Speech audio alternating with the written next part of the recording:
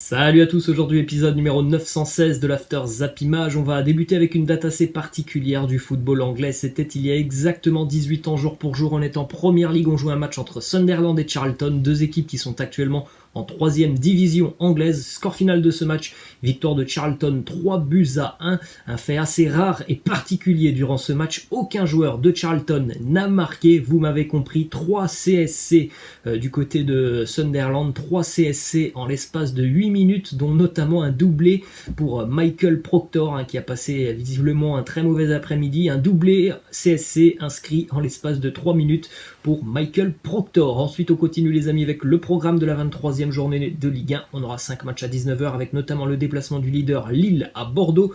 On aura aussi Reims-Angers, Rennes-Lorient, Metz, Montpellier, Strasbourg-Brest, et puis à 21h, duel très important en bas de tableau, Saint-Etienne reçoit Nantes, Lens reçoit l'Olympique de Marseille, le PSG reçoit Nîmes, derby de la Côte d'Azur entre Monaco et Nice, et déplacement pour Lyon du côté de Dijon. On poursuit du côté de Marseille avec encore une fois un nouvel épisode de la saga du côté de Marseille depuis quelques jours et quelques semaines. Les mauvaises nouvelles s'accumulent du côté de l'OM. Cette fois-ci, c'est le départ de l'entraîneur André Villas-Boas qui l'a annoncé hier en pleine conférence de presse d'avant-match, puisque Marseille sera à Lens ce soir, donc hier, aux alentours de 13h, conférence de presse du côté de Marseille. André Villas-Boas se présente, des questions sont posées autour notamment de la fin de mercato, de l'arrivée d'Olivier Ntcham.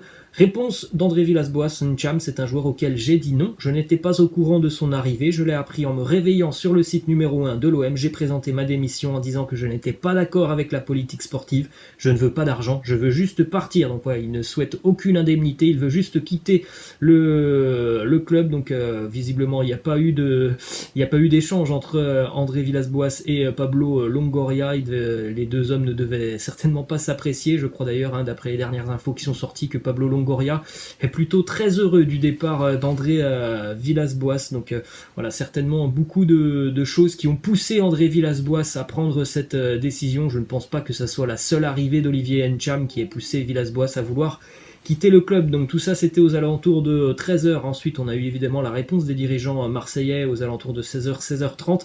Réponse donc du président Jacques-Henri Hérault, mais aussi du propriétaire Franck McCourt. On l'entend quasiment jamais, mais c'est quand même lui le propriétaire du club.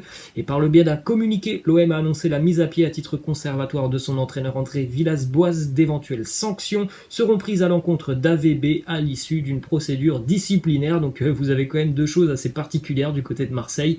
À 13h, l'entraîneur qui présente sa démission, et à 16h, en gros, la mise à pied à titre conservatoire. Ça veut dire que les dirigeants ont dit à André Villas-Boas: c'est pas toi qui vas démissionner, c'est nous qui allons te virer. C'est quand même des choses assez surréalistes, ce qui se passe du côté de Marseille. Ensuite, juste après donc son départ du centre d'entraînement, André Villas-Boas a croisé quelques supporters de l'OM qui l'ont arrêté puisqu'il était à bord de son véhicule.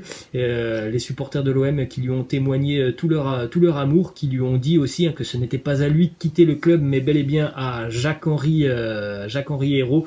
La réponse d'André Villas-Boas qui a dit tout simplement aux supporters de l'OM qu'il a passé 1 an et demi magique. L'OM, c'est vraiment un club à part qui est très touchant. C'est vraiment dommage que l'histoire se termine comme ça. Ensuite, on continue avec les stats de l'Olympique de Marseille depuis quelques semaines. Petit comparatif entre la période début d'année pour l'OM jusqu'au 15 décembre. Marseille, c'était quand même 2,25 points pris par match, 0,8 buts encaissés par match. Et depuis le 16 décembre, une semaine après le dernier match en Ligue des Champions, le bilan de l'OM est catastrophique. 0,63 points pris par match et 1,5 buts encaissés par match. Donc ça va très très mal pour l'OM sur tous les fronts, que ce soit au niveau de la direction, des joueurs. Il n'y a rien qui va du côté de Marseille. Ensuite, on continue avec cette image. C'est pas la première fois qu'un entraîneur marseillais présente sa démission en pleine conférence de presse. C'était déjà arrivé il y a quelques années avec Marcelo Bielsa. On poursuit avec une déclaration de Bernard Tapie, l'un des présidents historiques de l'Olympique de Marseille, qui nous dit: il faut arrêter les frais. La direction est en train de détruire l'OM. Jacques-Henri Hérault doit partir. On continue avec la une du quotidien La Provence qui titre Apocalypse OM. C'est sûr que c'est quand même difficile ce qu'il se passe du côté de Marseille. Sportivement, ça va pas bien. Au niveau de la direction, ça ne va pas bien. Les relations supporters à dirigeants, ça va pas bien. Sur le terrain, on voit bien aussi qu'il y a certains joueurs qui ne sont pas bien. Au niveau de la relation aussi entre certains joueurs et supporters, notamment de la relation Payet-Thauvin et avec certains supporters, ça va pas bien. Donc voilà, c'est très compliqué du côté de Marseille de trouver des choses positives. Ensuite, on a une déclaration de Roland Courbis, consultant du côté d'RMC, qui a déclaré qu'il réfléchirait si l'OM l'appelait. Il nous dit: s'il y a 19 clubs qui m'appellent, je reste sur non. Si c'est l'OM, si c'est pour filer un coup de main pour un service, c'est sûr que j'y réfléchirai à 2 fois.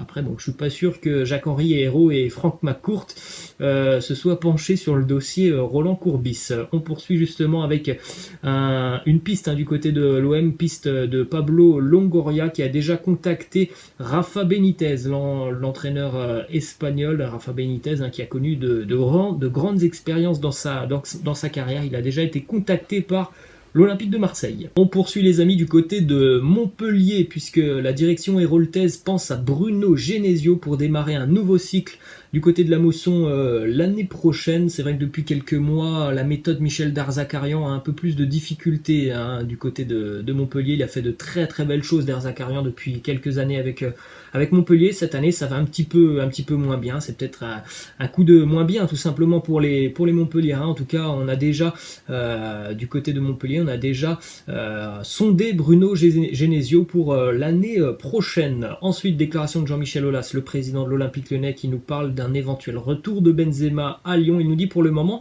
je n'ai pas eu Karim. Ceci étant, si c'était possible, évidemment qu'on trouverait les solutions qui permettent de faire revenir Karim du côté de Lyon. On sait tous que Benzema ne s'en est jamais caché. Il aimerait terminer du côté de l'Olympique lyonnais. Et moi personnellement, j'espère que il pourra faire son grand retour du côté de Lyon. Ça serait top de le voir terminer du côté de l'OL. Ensuite, direction Paris, déclaration de Mauricio Pochettino qui nous parle de Mbappé. Il nous dit: il n'a que 22 ans, mais c'est un garçon très mature et il comprend qu'il y a des périodes avec des hauts et des bas. Il faut être positif et il faut qu'il continue à travailler pour changer ces moments difficiles, mais nous n'en avons aucun doute. On sait qu'il va retourner cette situation. Toujours du côté de Paris, la très bonne nouvelle hier qui est tombée d'après plusieurs médias brésiliens. Il y a un accord entre le Paris Saint-Germain et Neymar pour une prolongation de 4 ans.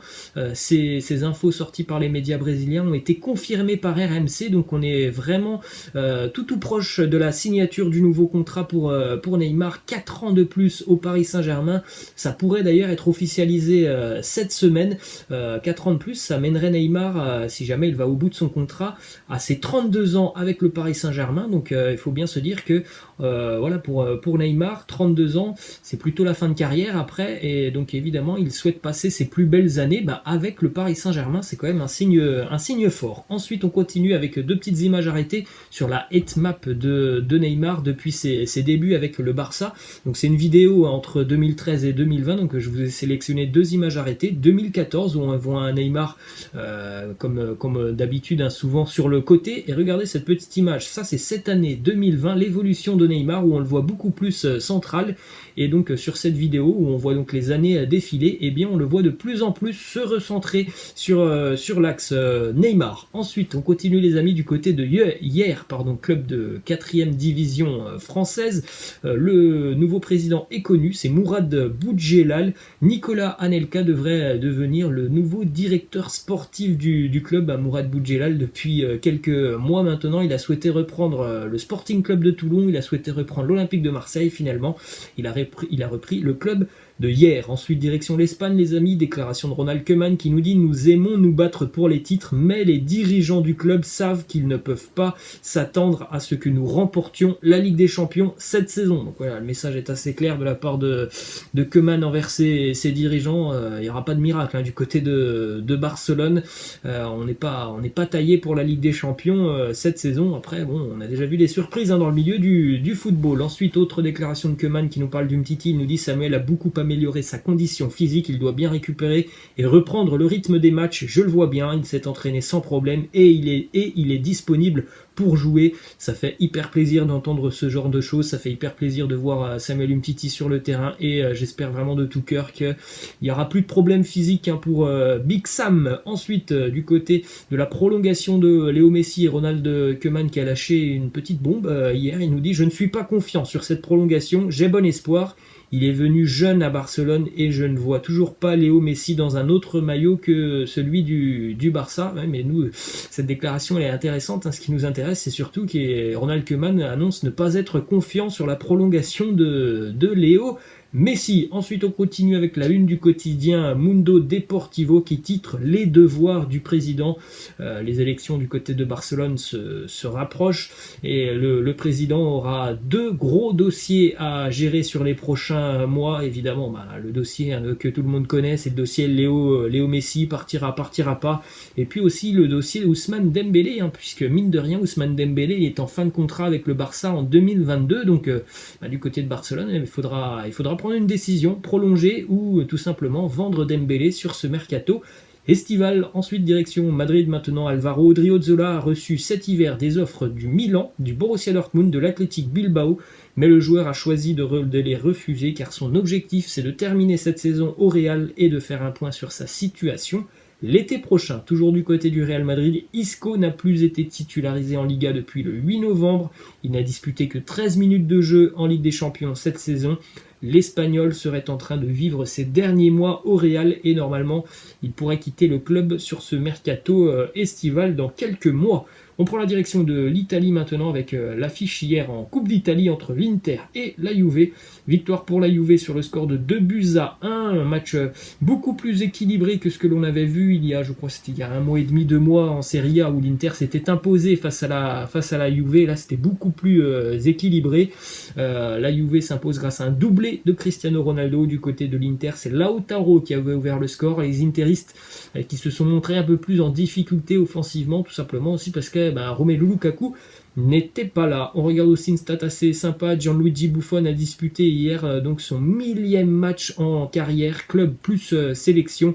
Et en plus de ça, il a réalisé des arrêts assez importants hier pour la Juve. On continue du côté de l'Angleterre, les amis, avec le résultat de la soirée. Et hier, c'est la lourde claque reçue par Southampton du côté d'Old Trafford. Manchester United s'impose 9-0 face aux Saints, avec des buts de Wan-Bissaka, Rashford, Bednarek contre son camp, Cavani, doublé pour Martial, McTominay, Bruno Fernandes, Daniel James. Southampton a terminé cette rencontre à 9 contre 11 avec notamment une expulsion au bout de 2 minutes de jeu pour les Saints. Donc ça a été une triste soirée pour Southampton. On rappelle que les Saints avaient déjà encaissé un 9-0 il y a 1 an et demi en Première Ligue à domicile. C'était face à Leicester. Autre résultat hier, Arsenal battu du côté de Wolverhampton sur le score de 2-1. Pourtant c'est Nicolas Pepe qui avait ouvert le score pour les Gunners. Ruben Neves égalise dans le temps additionnel de la première période. Joao Moutinho a marqué son premier but au Molineux Stadium depuis qu'il est à Wolverhampton. Du côté d'Arsenal, on a aussi terminé cette rencontre à 9 avec l'expulsion de David Luiz, temps additionnel de la première période, et puis le geste assez particulier de Bernd Leno sur une sortie.